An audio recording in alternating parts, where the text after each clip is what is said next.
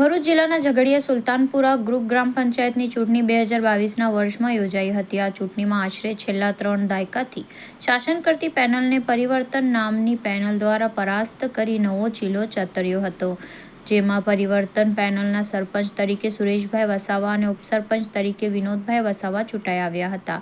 પંચાયતનો વહીવટ માંડ પાટે ચડ્યો હતો। ત્યાં એક વોર્ડમાં ચૂંટાયેલી મહિલાએ રાજીનામું આપ્યું હતું, જેના પગલે પંચાયતની એક બેઠક ખાલી પડી હતી।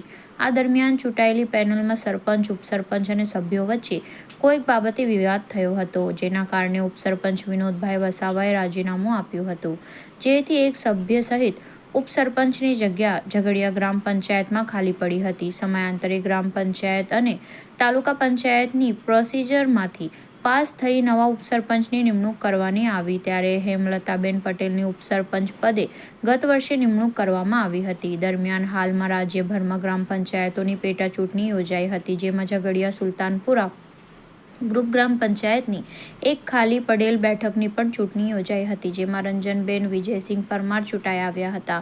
ગ્રામ પંચાયતની પેટા ચૂંટણીઓના પરિણામ આવ્યા બાદ ઝઘડિયા સુલતાનપુરા ગ્રુપ ગ્રામ પંચાયતના બીજા ઉપસરપંચ હેમલતાબેન પટેલ દ્વારા પણ રાજીનામું આપવામાં આવ્યું હતું। જોકે ગ્રામ પંચાયતમાં સતત 2 વાર ઉપસરપંચો દ્વારા રાજીનામા આપવામાં આવતા ગ્રામજનોમાં આશ્ચર્ય ફેલાયેલું જોવા મળ્યું હતું। આ બાબતને લઈને પંચાયતમાં શું થઈ રહ્યું છે, કેવા પ્રકારની રાજનીતિ ઝઘડિયા સુલતાનપુરા ગ્રુપ ગ્રામ પંચાયતમાં રમાઈ રહી છે, તેવા પ્રશ્નો અને ચર્ચાઓ ગ્રામજનોમાં જોવા મળી રહી છે।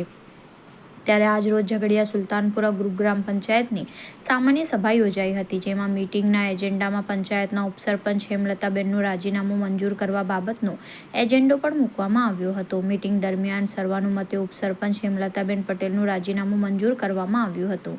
અત્રે ઉલ્લેખનીય છે કે ચૂંટાયેલી પેનલના ઉપસરપંચ વિનોદભાઈ વસાવાએ પણ રાજીનામું આપ્યું। ત્યારબાદ વિપક્ષની પેનલના સભ્ય હેમલતાબેનની ઉપસરપંચ પદે નિયુક્તિ થઈ હતી।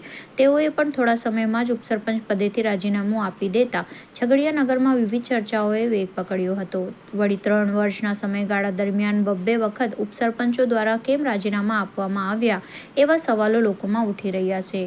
ઉપસરપંચ જેવા જવાબદાર હોદ્દા પરથી જ્યારે રાજીનામું આપી દેવામાં આવે છે, ત્યારે તેને લઈને ગામનો વિકાસ રૂંધાઈ ના શકે, આવા પણ વિવિધ સવાલો લોકચર્ચામાં આવ્યા છે। આ બાબતે નગરના જાગૃત લોકોમાં આક્રોશ સહ આશ્ચર્ય જોવા મળ્યું હતું। ઉપસરપંચના રાજીનામા બાબતે ઝઘડિયા સુલતાનપુરા ગ્રુપ ગ્રામ પંચાયતના તલાટી કમ મંત્રી સાથે ટેલિફોનિક વાતમાં તેમણે જણાવ્યું હતું કે આજની સાધારણ સભામાં ઉપસરપંચ હેમલતાબેનનું રાજીનામું સ્વીકારવામાં આવ્યું છે। ત્યારે ઝઘડિયા નગરની જનતાને હવે 3 વર્ષ દરમિયાન 3 ઉપસરપંચો જોવા મળશે।